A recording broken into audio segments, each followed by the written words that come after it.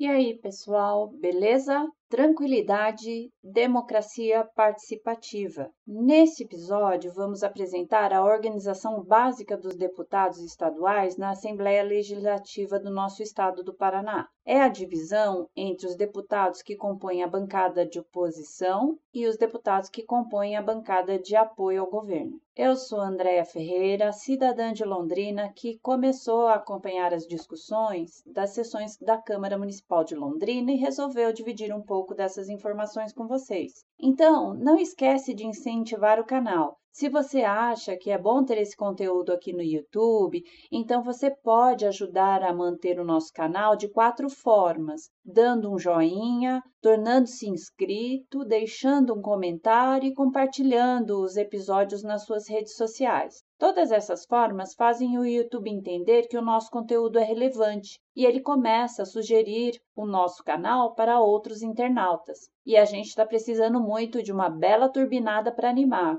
Ok, então agora vamos embora. Bora participar! Existem várias outras formas de organização entre os deputados da nossa Assembleia Legislativa, como o caso das comissões permanentes e temporárias, os blocos temáticos, as frentes parlamentares. Esses tipos de organização costumam agrupar os deputados de diferentes partidos, independente se são oposição ou apoio ao governo. Isso acontece porque, nesse caso dessas comissões, blocos e frentes parlamentares, os deputados se agrupam por temas. Por exemplo, atualmente na Assembleia Legislativa tem o bloco parlamentar temático da agricultura familiar. Tem também o bloco parlamentar temático de incentivo à erva mate. Esses são 2 exemplos de bloco temático parlamentar. Tem outros exemplos, como a Frente Parlamentar sobre o Pedágio no Paraná. Outro exemplo seria a Frente Parlamentar da Defesa das Pessoas com Deficiência, Síndrome de Down e Transtorno do Espectro Autista. Esses só para dar alguns exemplos, pois existem outras organizações temáticas entre os nossos deputados estaduais e você pode consultar todas essas organizações na página da Alep na internet. Mas aqui, nesse episódio, nós trataremos de uma organização básica que acaba aparecendo em algumas votações da Alep. Nessa forma de organização, os deputados se dividem em 3 grupos básicos: os que se definem como oposição, os que se definem como governistas ou que apoiam o governador e os que se definem como independentes. Isso não quer dizer, por exemplo, que se um deputado faz parte da oposição, ele não possa votar diferente de como vota a sua bancada. Pode ocorrer discordâncias internas em uma bancada, que eu estou falando dessas 3 bancadas, da oposição, de apoio e dos independentes. Mas, geralmente, as bancadas costumam decidir por um voto conjunto, por meio da indicação ou encaminhamento do voto sim ou voto não. Se vocês observarem as sessões, pouco antes de iniciar uma votação, geralmente nas sessões ordinárias, na primeira parte, vocês vão encontrar as falas dos vereadores sobre diversos assuntos que eles querem se manifestar sobre determinados temas. Então, mais do meio para o final das sessões, você vai começar a ver as votações aí da ordem do dia. Então, observando as votações, a gente percebe que existe um tempo em que os deputados discutem sobre o tema que vai ser votado. Então, há primeiro uma discussão, todos que quiserem se manifestam a favor ou contra, explicando os motivos pelos quais são contra ou a favor. E quando termina a discussão, um pouco antes de iniciar a votação, os líderes da bancada de oposição e de apoio se manifestam e costumam declarar qual voto é encaminhado à bancada. Depois dessa declaração é que se inicia a votação individual de cada deputado. Mas depois a votação é individual, e se houver alguém de uma certa bancada que foi orientado a votar não, preferir votar sim, existe essa liberdade. Bom, atualmente na Alep, o líder da oposição é o deputado Arilson Chiorato, do PT, Partido dos Trabalhadores, considerado um partido de esquerda. E o líder do governo é o deputado Marcel Micheleto, do PL, Partido Liberal, que é considerado um partido de direita. Nesse quadro aqui, vocês veem a composição da Assembleia conforme a tendência dos partidos, seguindo uma linha que vai dos partidos de tendência mais à esquerda até aqueles com tendência mais à direita. É preciso lembrar que eu costumo me referir a um partido como de direita, esquerda, centro-direita, centro-esquerda e assim vai, conforme a proposta sugerida em um artigo de pesquisadores da Universidade Federal do Paraná, e o link para esse artigo está aqui na descrição. Essa classificação, direita, esquerda, centro-direita e assim vai, pode mudar em algum detalhe conforme a análise de diferentes cientistas políticos. Então, ela não é definitiva, mas ela ajuda a dar uma noção básica para nós aqui do canal. Aliás, eu fiquei na dúvida para definir qual seria o posicionamento do Partido Cidadania, que vocês veem aí com pontos de interrogação. É que esse partido não se encontra nesse artigo que eu falei. E procurando na internet, existem posicionamentos bem diferentes dentro desse partido. Então eu preferi não definir, mas eu coloquei de direita ou de esquerda, né? Mas eu coloquei ele no meio, entre a esquerda e a direita. E se alguém tiver uma sugestão melhor, coloca aí nos comentários, ok? Neste outro quadro, então, indicamos os 3 posicionamentos básicos que a gente encontra na Assembleia, ou seja,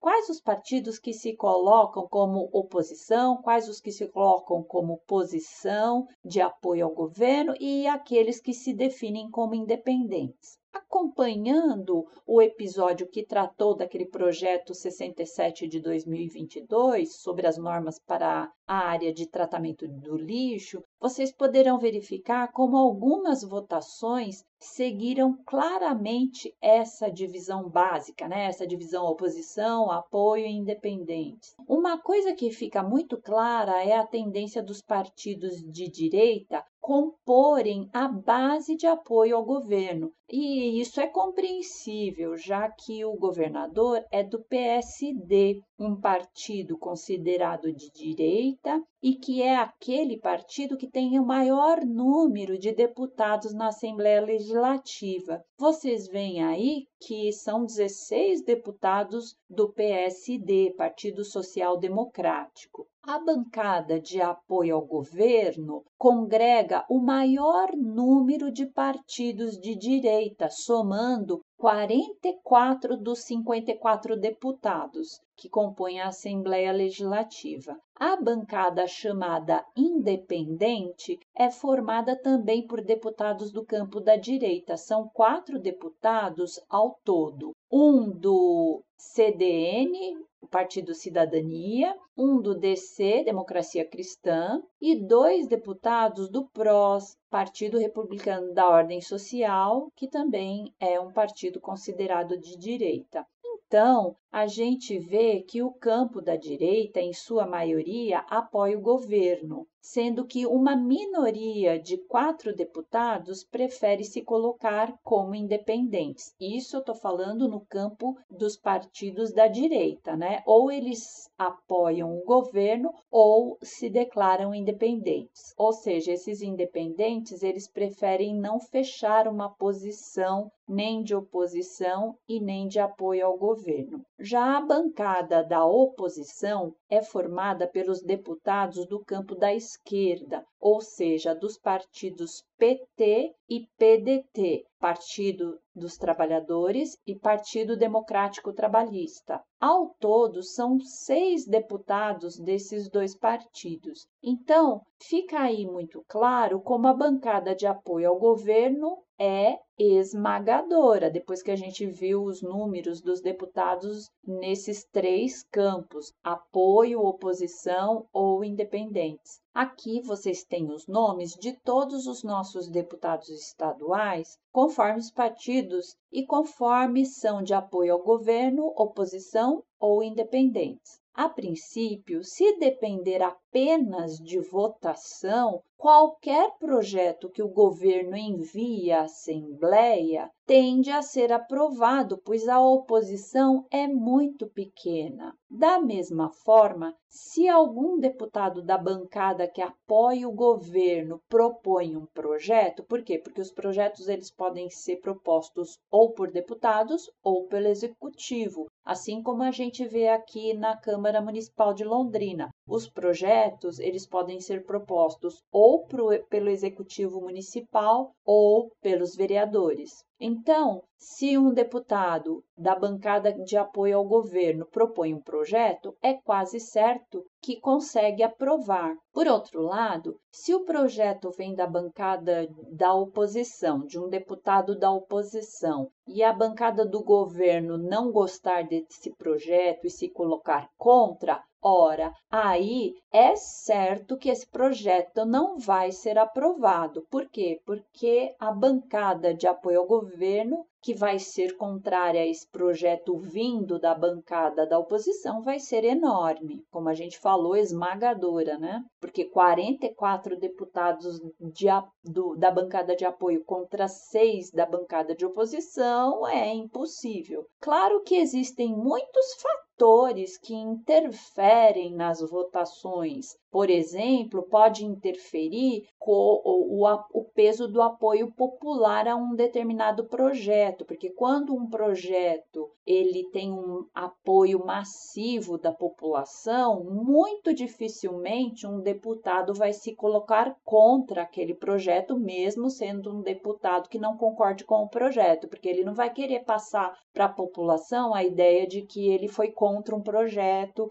que toda a população está apoiando. Então, depende do apoio popular, depende da negociação entre os deputados. Então, um deputado pode ser contra um determinado projeto, mas ele tem um interesse ali de fazer uma negociação com o autor daquele projeto para poder pedir o apoio desse autor, desse deputado, num outro projeto. Então, tem negociações ali, né? E tem outros fatores. Então, a gente não pode dizer que não possam existir situações em que, mesmo havendo muitos deputados contra um projeto, esse projeto não vai ser aprovado. Mas a gente pode pensar que, diante dessa diferença de número dos deputados do campo da direita e da esquerda, acaba sim tendo uma tendência de se valorizar mais a visão de mundo, as ideias e as tendências de pensamento dos deputados do campo da direita. Mas é o que eu já falei, geralmente nas votações dos deputados, a gente acaba não notando essa diferença na maior parte das votações, porque na maior parte das situações os deputados costumam votar igual, aprovando a maioria das matérias. A gente tem visto isso também aqui na Câmara Municipal de Londrina. Embora haja uma diferença entre partidos do campo da esquerda e os do campo da direita, são bem menores as votações em que os vereadores tomam posicionamentos diferentes entre si. Na maioria das votações, todos os vereadores votam sim. É justamente quando aparece a diferença nas votações que a gente pode entender na prática a diferença de ideias entre os campos da direita e da esquerda. Essa é justamente a contribuição aqui do nosso podcast. Aqui a gente pode ir compreendendo cada vez melhor essa diferença, porque a gente comenta as votações nas quais aparece a diferença na posição contra ou a favor, conforme o projeto. Ficamos por aqui, pessoal. Se você gostou, não esquece de dar um joinha, um gostei, um positivo. Isso ajuda a aumentar o alcance do nosso canal. Compartilhe também com seus amigos e ajude a divulgar o nosso podcast. Também, se você não se inscreveu, eu peço para você se inscrever. Aperta aí a tecla de inscrever-se até aparecer inscrito. Isso é muito importante para formar a nossa comunidade. É isso aí, pessoal. Forte abraço a todos e até o próximo episódio.